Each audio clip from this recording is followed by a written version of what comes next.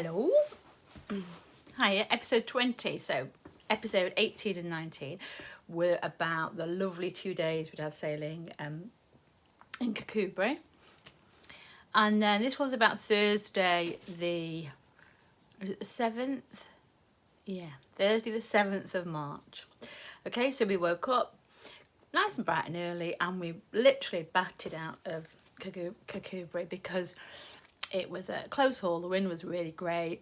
We were really tucked up against the wind and we were sort of sailing about 7 knots. It was great, really nice sailing, but really tight to the wind. And we had sort of a time that we had to get back to Peel Island. We were going to stop in Peel Island and then go back to Fleetwood on Friday. It just breaks that really long 13-hour journey up a little bit. So, yes, that's what we're doing. Batting along, enjoying ourselves, blah, blah, blah.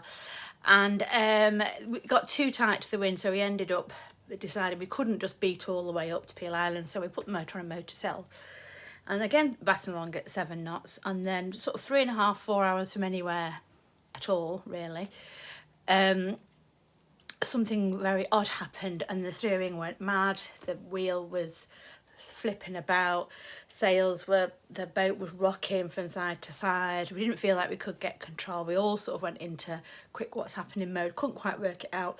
It was at that time blowing sort of 24 knots, gusting up to 28, so that's a 4-6 gusting into a little bit into a 7. I've been in it before, done a competent crew at 4-6, so it was okay. It was just very unsettling because we couldn't work out what was happening.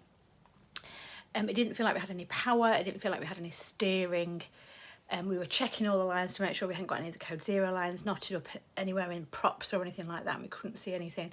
We whizzed the mainsail down, but again, this is like lumpy seas. We had been heading into the current and into the wind, into the tide and into the wind, so it makes it really quite lumpy, bouncy, and it was bouncy, and we were desperately trying to check what was happening. And then what we realised is we could sort of go round in a bit of a circle, but we couldn't go straight on. And as we were going round in a bit of a circle, we saw that the anchor rope was out off the bowsprit, off the front of the boat, all the way down. And when we looked, the sensor for the anchor said 87.5 metres of anchor chain and rope were out, which meant somehow the clutch on the front of the anchor had worked its way free or loose or whatever and literally dropped anchor going at 7 knots in the middle of the Irish Sea. Oh my God. So anyone a bit like a Disney character, a Disney cartoon, when people come to an abrupt stop, that's literally what happened. This anchor will have just hit the seabed somewhere. We'd have gone 87.9 metres ahead and it stopped us dead, literally. But in that instant, you really can't quite work out what's happening. Anyway, so then we realised what was happening. Very sensibly for Simon, he called it in really quickly because we had no idea whether there'd been damage to the keel or it's a retractable keel or the rudders or the engine or anything. We just didn't have any idea at that point in time. So we called it into the Coast Guard. Thankfully, thank you, Simon. And then very quickly after that, there was a boat coming out from the wind farms who was bringing some of the workers, the maintenance guys, back to Fleetwood. They picked up the distress call. Well, it wasn't, vague distress call, and said they were 20 minutes away and they'd come and see if they could help. So this great big massive thing for the wind farms came trundling over towards us, and they said they were 20 minutes away. In the meantime, the Coast Guard was asking me all these questions. Simon was faffing around at the front at the pointy end and I kept shouting to him, make sure you're clipped in, make sure you're clipped in. I kept having to come round under the Bimini because the Coast Guard couldn't hear what I was saying because of the wind. On one occasion I came round, spoke to the Coast Guard, came back out, couldn't see Simon on the front of the boat. I couldn't see him at all. That was the point that my heart rate went to 180 according to my Apple Watch, and I was like, shit. I grabbed my clips and went out to sea.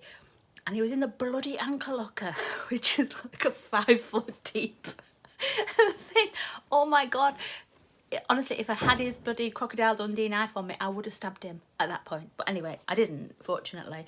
And he wasn't overboard, man overboard. At that point, the tug arrived from the wind farms The Coast Guard had done all the checks that needed to do, and they said they'd launched a lifeboat off Barrow to come and double check that everything was okay, because again we didn't have any idea whether there was any damage. The tug or the big boat or whatever, it's not a tug but whatever it was massive, circled around us trying to move us around. It was too rough to get a line to us. Simon wanted to get a line, and the guy thought he was going to try that until he realised how rough the seas were. So we couldn't get a line to us, and so he went all the way around, and eventually he said, look, I can actually see it going all the way under the bottom of the boat, so you're just going to have to cut it, which was not what Simon wanted to do, his nice shiny big anchor. Anyway, he did. I got past him his Crocodile Dundee knife without stabbing him, and he cut the anchor, and off we went. And it was quite heavy going actually, and I'd been doing all right. We've both been really calm, and we've both done really well, and we hadn't done anything wrong, and we'd done everything we were supposed to do. But then the guy from the wind farms kept going, it's all right, take your time, it's really heavy out here. And I kept thinking, please stop saying it's really heavy out there, please stop saying that, that's not okay. Anyway, eventually they went off and got the tea, because they had a whole load of crew on board, so they went back to Fleetwood, and the RNLI, bless the cotton socks, and they were amazing. Literally just escorted us 3.5 hours in the middle of the Irish Sea, all the way up to the edge of the estuary at Fleetwood to make sure we were safe and there was no damage, which is amazing. I just thought they'd sort of go, yeah, everything's okay off your tootle. So, but they didn't, and they were marvellous. Everybody was marvellous. There was no judgment, there was no nothing. Everybody just wanted to make sure everybody was safe and it was cool. And so we're going to hunt everybody out just to thank them personally, the Coast Guard, the RNLI, the lifeboat guys, and the RIX Panther from the wind farms as well. So yeah, so we got back exhausted, and then we just crashed. We just literally crashed, and then sorted the boat out yesterday morning. Adventurous. Oh my God, adventure on the high seas.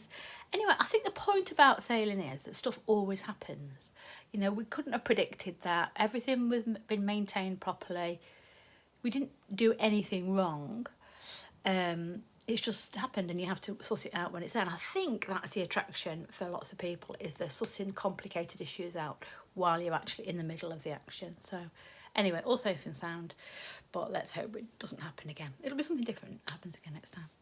So yeah, back, going training this afternoon, walking tomorrow, much safer, much safer.